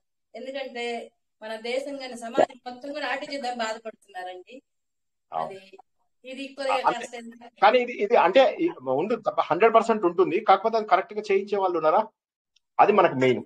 మెయిన్ ఏమైందంటే ఒక్క నిమిషం మేడం, మన ఈ విద్యలన్నీ కూడా అద్భుతంగా పనిచేస్తాయి. పని చేయకపోవడం అనేది అవుట్ ఆఫ్ క్వశ్చన్. కానీ ఇవి బాగా పనిచేస్తాయా లేదా ఎట్లా తెలుస్తుంది? బాగా చేసేవాడితో. అందుకే నేను ఏమన్నానంటే ఈ యోగినులతో చేసేటటువంటి పూజలు ఏవైతే ఉంటాయో ఇవి చాలా చాలా జాగ్రత్తగా పద్ధతి ప్రకారం చెయ్యాలి. ఇప్పుడు ఏమైందంటే ఈ యోగినుల పూజలన్నీ కూడా చాలా మంది చేయడం మానేశారు. చాలా ఏళ్లుగా ఇది చేయడం మానేశారు జనాలు. ఎందుకు మానేశారు అంటే ఎవడు పట్టించుకోవట్లేదు. ఇండియా మొత్తంలో 4 టెంపుల్స్ ఉన్నాయి. ప్రాపర్ గా చెప్పాలంటే 3-4 టెంపుల్స్ ఉన్నాయి. అందులో కూడా మొన్న నేను వెళ్ళాను కదా జబల్పూర్, అక్కడ ఒకటి, మళ్ళా తర్వాత అక్కడనే మైథోలి అని ఒక ప్లేస్, అక్కడ ఒక చోట 2, మళ్ళా మన హీరాపూర్ అని చెప్పేసి ఒరిస్సాలో ఒకటి, ఖజురహోలో ఒకటి 4, ఇంకో చోట ఎక్కడో ఉంది కానీ అది బ్రేక్ అయిపోయిందని ఉంటుంది. ఇవన్నీ కూడా ఒకే రకంగా ఇట్లా గుండ్రగా ఉంటాయి. 64 మంది యోగినులు. అయితే కొంతమంది 64 యోగినులు ఉండవు. కొంతమంది ఏమంటారు అష్టమాతృకలు కాదు సప్తమాతృకలే అంటారు. అప్పుడేమవుతుంది 7 ఏళ్ళ 49 ఉంటాయి. ఇంకో కొంతమంది అంటారు కాదు వినాయకుడిని కూడా యాడ్ చేస్తారు, వాళ్ళు వినాయకి అలా యాడ్ చేస్తారు, అప్పుడు 9 అవుతారు. 9 అంటే 9 9 81. ఇప్పుడు నేను మొన్న వెళ్ళిన జబల్పూర్ 81. అందరినీ కన్ఫ్యూజ్ చేస్తున్నానా? అర్థమవుతుందా? ఫస్ట్ చెప్పండి. చెప్పండి సార్. ఈ శక్తులు ఏవైతే ఉన్నాయో మళ్ళీ ఒకసారి చెప్తున్నాను, అందరు జాగ్రత్తగా వినండి. ఈ శక్తులు ఏవైతే ఉన్నాయో మోస్ట్ పవర్ఫుల్ శక్తులు. ఈ మోస్ట్ పవర్ఫుల్ శక్తులు మనం మిగతా వాటిలాగా కాదు. ఇవి చేశామంటే అద్భుతమైన ఫలితాలు వస్తాయి. తప్పు చేశామంటే సర్వనాశనం అయిపోతారు, రివర్స్ ఫలితాలు వస్తాయి. అట్లాగే మీకు ప్రత్యంగిరా అని చెప్పేసి ఒక పూజ ఉంది. ఆ ప్రత్యంగిరా పూజ చేశారనుకోండి, ఎవడైనా మన మీద చెడు పనులు చేసినా, బ్లాక్ మ్యాజిక్ అంటారు కదా, బ్లాక్ మ్యాజిక్ అవన్నీ చేసినా రివర్స్ అయిపోతాయి అన్నమాట. సో అందుకోసం చాలా మంది ఈ మధ్య ప్రత్యంగిరా చేస్తారు. ఎందుకంటే ప్రతి ఒక్కరికి వీడి చూపులు పడ్డాయి, వాళ్ళ చూపులు పడ్డాయి, వీళ్ళు చేస్తున్నారు. అంటే ఇవన్నీ చెయ్యమని నేను ఎప్పుడు అనాను మీతోటి. వాటి శక్తి గురించి చెప్తున్నాను. ఈ రోజుల్లో అవి చేయగలిగే వాళ్ళు లేరు. చేసే వాళ్ళు మనుషుల్లో కనిపించారు. ఎక్కడో హిమాలయాల్లో అక్కడిక్కడ తంత్ర విద్యలలో ఉన్న వాళ్ళు ఉంటారు, అంతే. ఈ తంత్రాల లోపల కూడా మనకు కులార్ణవ తంత్రం అని ఒక తంత్రం ఉంది. అది తెలుసుకున్న వాళ్ళకు మాత్రమే ఇది అర్థమవుతుంది. ఇప్పుడు నాకు చాలా మిడిమిడి జ్ఞానమే, ఇది నాకేం తెలియదు. కులార్ణవ తంత్రం అని ఉన్నాయి, రకరకాల తంత్రాలు ఉంటాయి, 64 తంత్రాలు ఉంటాయి. 64 తంత్రాలలో కులార్ణవ తంత్రం లోపల ఇవన్నీ మీకు తెలుస్తాయి. అట్లాగే మీకు బాగా ఆరోగ్యం కావాలి, వజ్రయోగిని, వజ్రవారాహి వాళ్ళని తీసుకోవడానికి. మీకు భూమి గురించి ఏమైనా ఇబ్బందులు ఉంటే వజ్రవారాహి, మీకు శరీరం గట్టిగా ఉండాలంటే వజ్రయోగిని. అట్లాగే మీకు మళ్ళా పాపాలన్నీ పోగొట్టాలి అంటే మార్తాండ భైరవ, ఇటు జయంతి యోగిని, మార్తాండ భైరవ జయంతి యోగిని. వీళ్ళిద్దరు కనుక పూజ చేస్తే దుష్ట శక్తులు అన్ని పోతాయి, పాప పరంపరలు అన్ని కూడా పోతాయి. విశాలాక్షి భైరవ, విజయ యోగిని, వీళ్ళిద్దరు కనుక పూజలు కరెక్ట్ గా చేసినట్లయితే ఇన్సైట్స్ పెరుగుతాయి, పర్సెప్షన్స్ పెరుగుతాయి. ఇట్లాగా నీలకంఠ భైరవ, జయ అనేటటువంటి యోగిని, వీళ్ళతోని పూజ చేస్తే గొంతు శుద్ధ అవ్వడము, పవిత్రమైనటువంటి మాటలు మాట్లాడటము, ఏ మంత్రాన్నైనా కూడా స్పష్టంగా చదవగలిగేటటువంటి శక్తి రావడము, ఇలా ఉంటాయి. ఇలా ఇంకా చాలా ఉన్నాయి నాకు తెలిసినవి, ఆఫ్టర్ ఆల్ కొన్ని. కానీ నేను అసలు అంటే ఎంతో ఉంది నాకు తెలిసింది, ఇంత అక్కడ ఉన్నది ఇంత విద్య ఉంది. కాకపోతే ఇవన్నీ అందరికీ తెలుసా అనేటటువంటిది ఒకటి మనం మాత్రము ఆలోచించవలసినటువంటి విషయం. ఇవన్నీ చేయడం వల్ల రకరకాల విద్యలు రావడము, రకరకాల విషయాలు మనం తెలుసుకోవడము జరుగుతుంది అనమాట. దీని ద్వారా గొప్ప గొప్ప ఫలితాలు వస్తాయి. ఇవేమైందంటే అన్ఫార్చునేట్లీ మన దేశం లోపల పోగొట్టేసుకున్నాం మనం. ఎందుకంటే చాలా చోట్ల ఇవి మనకు 7th century, 8th century, 12th century మధ్య లోపల చాలా టెంపుల్స్ కట్టారు. కట్టినవన్నీ కూలిపోయాయి. ఇప్పుడు నేను చెప్పిన టెంపుల్స్ లో కూడా చాలా టెంపుల్స్ కూలిపోయాయి. ఇప్పుడు నేను మొన్న వెళ్ళినటువంటి టెంపుల్ కూడా చాలా వరకు కూలిపోయింది. ఈ డిస్కషన్ ఆపుకుని ఫోటోలు చూసుకుందామా, లేకపోతే వచ్చే వారమే చూద్దాం? ఇంకొద్దిగా డీటెయిల్ గా తెలుసుకొని వచ్చే వారమే చూద్దామా? టెంపుల్స్ అంటే ఓల్డ్ గా అయిపోయి కూలిపోయినాయా సార్, లేకపోతే ఏదైనా అటాక్? లేదు, అంటే వీళ్ళు ఉన్నారు కదా, మన రాక్షసులు ఉన్నారు కదా, వాళ్ళు రాక్షస జాతి, మానవులలో రాక్షస జాతి వాళ్ళు అంటారు కదా సార్, అన్ని నరికేశారు. సరే, క్విక్ గా నేను కొన్ని ఫోటోలు చూపించడానికి ప్రయత్నం చేస్తాను. ఓకే, మీకు ఒక్క టెంపుల్ అంటే మొత్తం చూపించాను. నర్మదాది మనం నెక్స్ట్ వీక్ కూడా కంటిన్యూ చేసుకుందాము. మీకు ఇవాల్టి కోసం కొన్ని చూపిస్తా. ఇవాల్టివి చాలా క్విక్ గా చూసేయండి, సరేనా? ఒక్క నిమిషం నేను షేర్ చేస్తున్నా, మీకు కనిపిస్తుందా లేదా చెప్పాలా. ఓకే,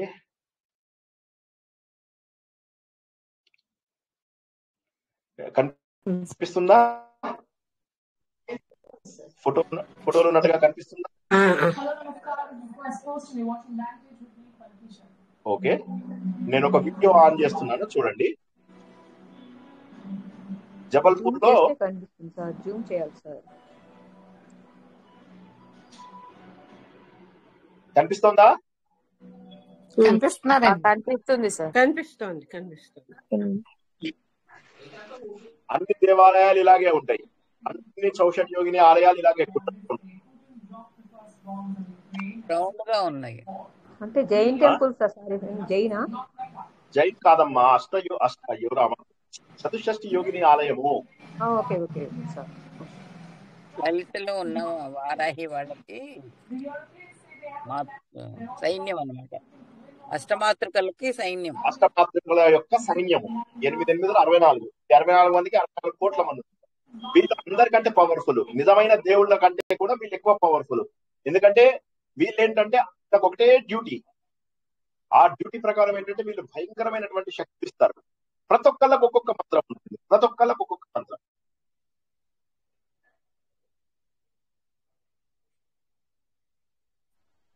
ఇవి కూడా సార్ ముక్కలు చేసేసారు, కొన్ని ఇవిగా ఉన్నాయి. అదే పగలగొట్టేశారు, పాపాత్ములు పగలగొట్టేశారు. ఒక్కో విగ్రహం మరీ ఇదిగా అయిపోయింది. కావాలని కూడా కొన్ని దుర్మార్గులు.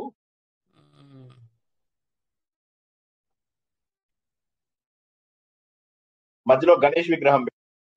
అవును, అంటే వీళ్ళు గణేష్ కూడా అందులో కలిపారేమో. కల్పన కొత్తగా పెట్టారు. 81 వినాయకి పెట్టలేదు, వినాయక్ గణేష్ది ఆడరూపం వినాయక్ అది పెట్టలేదు.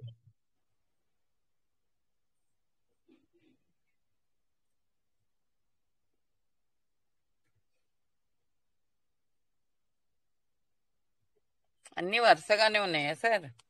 అన్ని వరుసగా ఉన్నాయి. ఇక్కడికి ఎందుకు ఆయాసపడుతున్నానంటే పైకి 150 మెట్లకి వెళ్ళాను, వెంటనే స్టార్ట్ చేశాను, ప్లస్ ఎండగా ఉంది.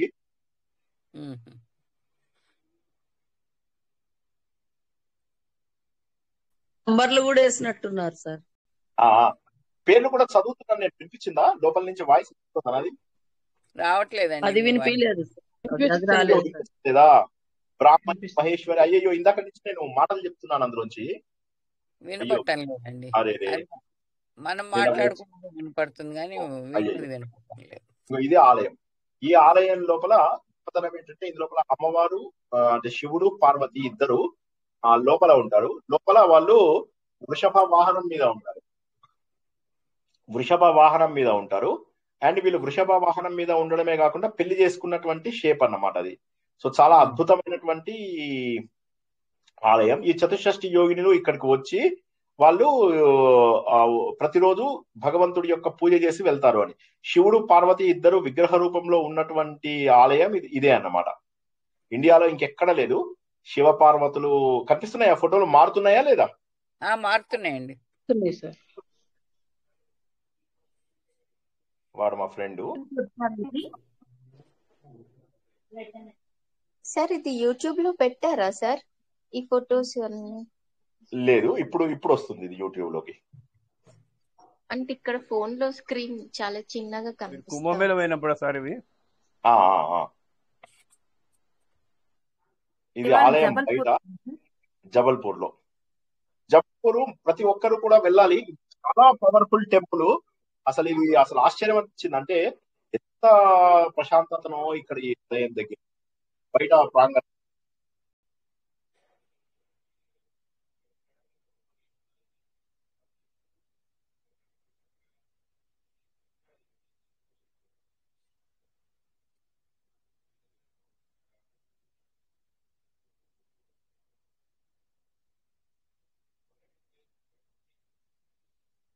సో చాలా అందమైనటువంటి ఆలయం ఇది.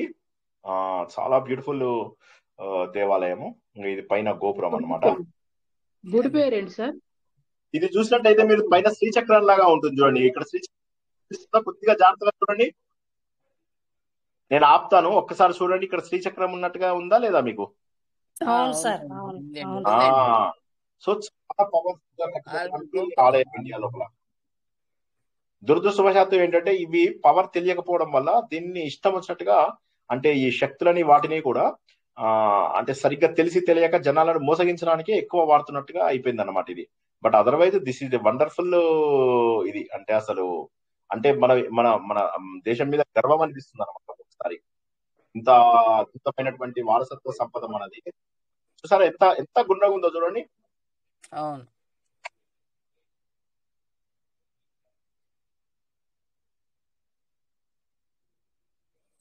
ఇది మీరు విడిగా పెడితే మీ వాయిస్ ఏమన్నా వస్తుందేమో సార్ అందులో మేము చూడటానికి. అదే చూద్దాం, నేను ఇదంతా కూడా ఒక వీడియో పంపిస్తానండి. ఎందుకంటే ఇప్పుడు వాయిస్ వినపట్టం లేదు, ఊరికే వాయిస్ వినపడడం లేదు. ఓకే, బొమ్మ కనిపించింది, అది మీకు మెయిన్. సో అంతే. అది ఆలయం చాలా అందమైనటువంటి ఆలయము. సో ఇవాళకి ఇక్కడ ఆపుకుందాము. మనం వచ్చే వారము probably I will stop sharing.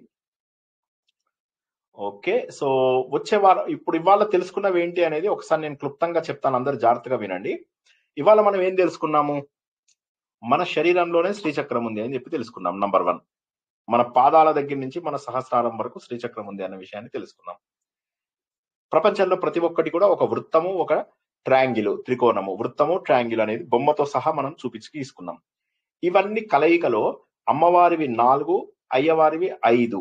ఈ ట్రయాంగిల్స్ యొక్క కలయిక ద్వారా మనకేమవుతుందంటే ఇప్పుడు 43 ట్రయాంగిల్స్ ఏర్పడతాయి. ఆ 43 ట్రయాంగిల్స్ లోపల మనకేమొచ్చింది? ఇక్కడ ముందు సహస్రారము, తర్వాత ఒక త్రికోణము, తర్వాత 8 త్రికోణాలు, తర్వాత 8 త్రికోణాలు, తర్వాత 10 త్రికోణాలు, తర్వాత 10 త్రికోణాలు, తర్వాత 14 త్రికోణాలు, బొడ్డు దగ్గర అష్టదళ పద్మము, ఊరువుల దగ్గర 16 దళాల పద్మము, కాళ్ళ దగ్గర చతురస్రము. ఈ విధంగా మనకు ఒక్కొక్క దగ్గర ఒక్కొక్క దేవుళ్ళు ఉంటారు అనమాట. ఒక్కొక్క దగ్గర ఒక్కొక్క దేవుళ్ళు, అంటే ప్రతి దానికి కూడా. అయితే ఇది మనం శరీరంలో ఇలా ఎదుగుతూ పోవాలి, ఇలా ఎదుగుతూ పోయి సహస్రారానికి చేరుకోవాలి. కాబట్టి ప్రతి ఆవరణ లేదా ప్రతి లేయరు దాటాలి అంటే మనకు కొంత శక్తి కావాలి. శక్తి కావాలి అంటే అందుకే శ్రీచక్రం లోపల ఒక్కొక్క ఆవరణను పూజ చేస్తూ పైకి వెళ్తూ ఉంటారు. ఈ వెళ్ళడం లోపల పైకి వెళ్ళి సహస్రారం. కానీ మనం ఇప్పుడు చౌషట్ యోగినిలు మనకు సహస్రారం చేరుకోవడానికి ఉపయోగపడరు, వాళ్ళు ఊరికే దారి చూపిస్తారు అంతే. వాళ్ళు ఏం చేస్తారంటే మనకు కావాల్సినటువంటి శక్తులు అందిస్తారు. వీళ్ళందరూ కూడా ఎక్కడ ఉంటారని చెప్పాను? మనం మొదటి చక్రం, మన పాదాల దగ్గర ఉన్నటువంటి ఏదైతే భూపుర లేదా త్రైలోక్య మోహన చక్రం అని చెప్పామో అందులోపల ఉంటారని చెప్పి తెలుసుకున్నాము. అక్కడ ఉన్నటువంటి వాళ్ళు ఏం చేస్తారు? 8 64 మంది కలిసి వాళ్ళు ఏం చేస్తారు? మనకు దారి చూపిస్తున్నారు. ఏం దారి చూపిస్తారు? శరీరం లోపల శక్తి ఏదైతే మనకు కుండలిని నుంచి పైన ఈశ్వరుడి వైపుకు వచ్చినటువంటి శక్తి, ఆ శక్తి ఎక్కడి నుంచి వస్తుంది? మనం తీసుకునేటటువంటి ప్రాణవాయువు లేదా ఇంగ్లీష్ లోపల ఆక్సిజన్ అంటారు. ఈ ఆక్సిజన్ ద్వారా తీసుకున్నటువంటి శక్తి మన శరీరంలో వివిధ శరీర భాగాలకు వెళ్ళాలి. వివిధ శరీర భాగాలకు వెళ్ళడానికి మనకేమో నాడీ వ్యవస్థ అంటారు, లేదా రక్త ప్రసరణ వ్యవస్థ. ఈ నాడీ వ్యవస్థ ద్వారా అన్నిటికీ వెళ్ళాలి. వెళ్ళినప్పుడు ఏమవుతుంది? చర్మము, మాంసము, రక్తము, మజ్జ, ఎముక, శుక్లము, ఇవన్నీ ఏవైతే ఉన్నాయో వీటన్నిటికీ కూడా శక్తి కావాలి. వాటన్నిటికీ ఒక్కొక్క దేవత శక్తి కల్పిస్తుంది. ఏమిస్తే కల్పిస్తుంది? ఒక దేవతకు పులగం కావాలి, ఒక దేవతకేమో పులిహార కావాలి, ఒక దేవతకేమో పెరుగన్నం కావాలి, ఒక దేవతకేమో నెయ్యన్నం కావాలి. అందుకోసమే ఒక్కొక్క ఆలయంలో ఒక్కొక్క రకమైనటువంటి ప్రసాదాన్ని తయారు చేస్తారు. ఇప్పుడు ఏం చేస్తారు? ఈ 64 మంది దేవతలను పూజ చేయడం లోపల మనకి ఏ దేవత అవసరమైతే ఆ దేవతను పూజ చేసుకుంటారు. ఇందాక చెప్పినట్టుగా ప్రత్యంగిర అమ్మవారిని చేసుకున్నట్లయితే మనకు బ్లాక్ మ్యాజిక్ రివర్స్ అవుతుంది.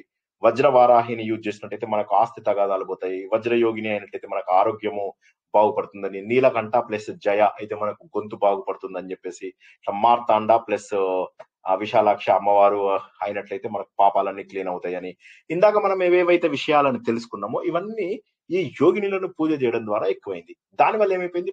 ఇప్పుడు ఎక్కడ చూసినా కూడా మీరు ప్రత్యంగిర, ఇంకో రకరకాల పేర్లు పెట్టేసేసి జనాలను రకరకాల పూజలలో వాటిల్లో ఇప్పుడు దీనికోసం ఫాలోవర్స్ ఎంతమంది అయ్యారంటే కోట్ల కొద్ది ఫాలోవర్స్ అయిపోయారు. ఒక్క పూజ చేసి ఒక్క మంత్రం చెప్తే కోట్ల కొద్ది. యాక్చువల్ గా 64 మంది దేవతలకు కలిపి ఒకటే మంత్రం ఉంది, అది వేయచ్చు. లేదా ఒక్కొక్క దేవిని మనము ప్రసన్నం చేసుకోవడానికి ఒక మంత్రం ఉంటుంది.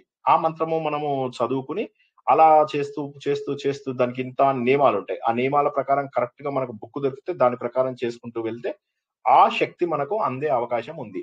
ఈ శక్తులన్నిటి యొక్క మూలమే ఈ చౌషటి యోగిని ఆలయాలు. చౌషటి యోగిని ఆలయాలలో ఏమవుతుందంటే గుడి మధ్య లోపల ఒక దేవత అమ్మవారు గాని అయ్యవారు గాని ఉంటారు. చుట్టూరా ఈ 64 గాని 81 గాని 49 గాని. ఎందుకు 49, ఎందుకు 64, ఎందుకు 81 చెప్పండి ఎవరన్నా తొందరగా. మాతృకలు అనుకున్నప్పుడు 49 అవుతారు. వినాయకుని కలుపుకున్నప్పుడు 81 అవుతారు. 49 ఎప్పుడు అవుతారు? కలుపుకుంటే 64 అవుతారు. 8 మంది అయితే 64. కరెక్ట్. సో ఈ విధంగా ఆ మాతృకల యొక్క శక్తి అంతా కూడా మన లోపల స్వీకరించడం కోసమని ఈ ఆలయాలు ఉపయోగపడతాయి. వీళ్ళందరూ కూడా ఈ అమ్మవార్లందరూ కూడా వచ్చి అక్కడ ఉన్నటువంటి పరమేశ్వరుడికి లేదా అమ్మవారికి ఆ శక్తిని వాళ్ళు పూజిస్తారు అని చెప్పి తెలుస్తుంది. ఈ మాతృకల శక్తి అంతా కూడా మన శరీరంలోనే ఉపయోగపడుతుంది. మన శరీరానికి శక్తి ఉంటుంది, మన మేధస్సుకు శక్తి వస్తుంది. అప్పుడు ఏమవుతుంది, మన ఆరోగ్యం బాగుంటుంది, మనం సాధన చేయాల్సిన ఇది ఉంటుంది. వేరే వాళ్ళ మీద వీళ్ళ మీద వాళ్ళ మీద మనం చాడీలు చెప్పుకోము, ఎవరి గురించి చెడుగా మాట్లాడము, అందరినీ ప్రేమగా చూస్తాము, మన సాధన మనం చేసుకుంటాము, మనము భగవంతుడు స్వరూపం అని చెప్పేసి గుర్తిస్తాము. మన సాధనకు ఉపయోగపడేటటువంటి చౌషటి యోగిని యొక్క విద్యను ఈరోజు ఒక సగం వరకు తెలుసుకున్నాము. వచ్చే వారం మిగతా సగము, తర్వాత ఇంకా జబల్పూర్ లో చూసినటువంటి మిగతా ఆలయాల వృత్తాంతాన్ని తెలుసుకుందాము. ఆత్మసుఖము వీడిని ఆట కొరకు పాత్ర పోషణ చేసి సూత్రధారి విశ్రమించదని పాదం ఆశ్రయించి పరమ కరుణ అంతరంగా శ్రీ పాండురంగ. జై శ్రీకృష్ణ. ఇవాళ ఆల్రెడీ 10 నిమిషాలు అయిపోయింది మనకు. అయినా కూడా సరే, ఎవరికైనా క్విక్ ప్రశ్నలు ఉంటే అడగండి. అండ్ ఒకటే గుర్తుంచుకోండి, ఇది జస్ట్ పార్ట్ 1. వచ్చే భాగంలో ఇంకా కాస్త వివరంగా ఇంకా బాగా తెలుసుకోవడానికి మనము నేను కూడా తప్పకుండా ప్రయత్నం చేస్తాను. ఎందుకంటే నేను ఏమనుకున్నా అంటే అరగంటలో కంప్లీట్ చేద్దాం అనుకున్నాను. సరే, అది ఇప్పుడు 1:10 నిమిషాలు పట్టింది. చాలా డీటెయిల్ గా తెలుసుకుందాం వచ్చే వారం ఇంకా కాస్త. ప్రశ్నలు ఇప్పుడు ఏమన్నా ఉంటే అడగండి. మనం ఇవాళ జై శ్రీకృష్ణ మేడం. ఇది లలిత సహస్రనామం వివరణ పుస్తకం ఉంది కదా సార్, దాంట్లో 13th చాప్టర్ ఈ పేర్లన్నీ ఇచ్చినారు సార్. అవును, మొత్తం పేర్లన్నీ వస్తాయి మీకు. 64 పేర్లు వస్తాయి మీకు అక్కడ. అందరినీ 8 గ్రూప్స్ గా చేస్తారు, చేసి వాళ్ళ పేర్లు ఇస్తారు. అవును, ఇంకా వివరంగా ఉంటుందమ్మా. మీకు ఇంకా ఖడ్గమాలలో పేర్లు వస్తాయి. ఖడ్గమాలలో మొత్తం శ్రీచక్రంలో ఉన్న అందరి దేవతల పేర్లు వస్తాయి. ఆమె నేర్పించారు కదా, రాగిని నేర్పించింది కదా అందరికి. సో అందులో కూడా ఒకసారి చూసుకోండి. సో మనము ఖడ్గమాలది మనం ప్రవచన రూపంలో చెప్పుకోలేదు, బహుశా అందుకోసం ఇవాళ నేను ఇంకా ఎక్కువ డీటెయిల్ గా చెప్పుకోవాల్సి వచ్చిందేమో. ఇంకెవరికైనా డౌట్స్ ఉన్నాయా? జై శ్రీకృష్ణ సార్. జై శ్రీకృష్ణ సార్. శరీరము శుద్ధి పెట్టుకోవాలా, మనసు శుద్ధి పెట్టుకోవాలా అంటే మనలో శ్రీచక్రం ఉన్నందుకు మన దేహమే దేవాలయం అని అర్థం కావాలి. కరెక్ట్. నాకు తెలిసిన కాదు నీ చెప్పడం కరెక్ట్ గా చెప్పారు. అది కరెక్ట్. కాబట్టి వాటిని శుద్ధిగా ఉంచుకోవడానికే ఇప్పుడు ఈ మంత్రాలు ఇవి అవి చదవడం వల్ల ఏమవుతుంది అంటే, మనకు ప్రతి మంత్రానికి కొన్ని నియమాలు ఉంటాయి. ఆ నియమాల వల్ల ఏమవుతుంది, మనం తప్పు పనులు చేయకుండా చాలా జాగ్రత్తగా ఉంటాం. ఎప్పుడైతే మనం తప్పు పనులు చేయకుండా చాలా జాగ్రత్తగా ఉంటామో అప్పుడు మనకి ఏమవుతుందంటే మన శరీరము, మనస్సు, బుద్ధి ఇవన్నీ కూడా పవిత్రంగా ఉంటాయి. ఎప్పుడైతే అవి పవిత్రంగా ఉంటాయో అప్పుడు సాధన చేసుకునే అవకాశం ఎక్కువ వస్తుంది. ఎప్పుడైతే సాధన చేసుకుంటామో అప్పుడు మనము భగవంతుడికి దగ్గర అయ్యేటటువంటి అవకాశం ఉంది. జై శ్రీకృష్ణ. ఇంకెవరికైనా ప్రశ్నలు ఉన్నాయా? జై శ్రీకృష్ణ సార్. జై శ్రీకృష్ణ. వినిపిస్తుంది సార్? వినిపిస్తోందమ్మా, చెప్పండి సార్. ఇప్పుడు మనము మెడిటేషన్ చేసేటప్పుడు ఓంకారము చెప్తారు, ఒకసారి చెప్తారు కదా కొంతమంది. వాటికి బయటికి చెప్పాలా, లోపల మైండ్ లో చెప్పుకుంటారు? మీరు మెడిటేషన్ చేసేటప్పుడు ఓంకారం ఎలా చెప్పుకున్నా కూడా నో ప్రాబ్లం. ఎందుకోసం అంటే ఇప్పుడు ఏదైనా లోపల మనసుకు చదువుకోవడం అన్నిటికంటే గొప్పది.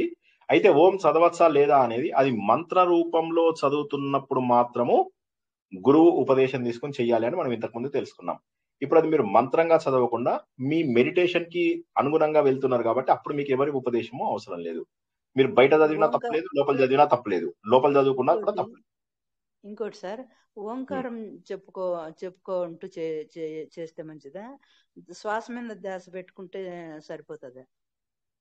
ఏదైనా కూడా మనస్సు నిశ్చలంగా ఉండడానికి మీకు ఏది కన్వీనియంట్ అయితే అది చెప్పండి. ముందు శబ్దంతో ప్రారంభిస్తాము, తర్వాత శబ్దం లేనటువంటి నిశ్చల తత్వానికి మనం వెళ్తాము.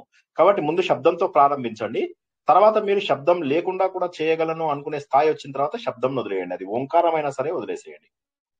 శబ్దం లేకుండా చేయగలుగుతాను అనిపిస్తుంది. చేయగలిగితే అట్లనే ఎంతసేపు అయినా చాలా సేపు ఉండగలుగుతాను. అందుకు అది పర్వాలేదా? ఓంకారం చెప్పలేదని అవసరం లేదు.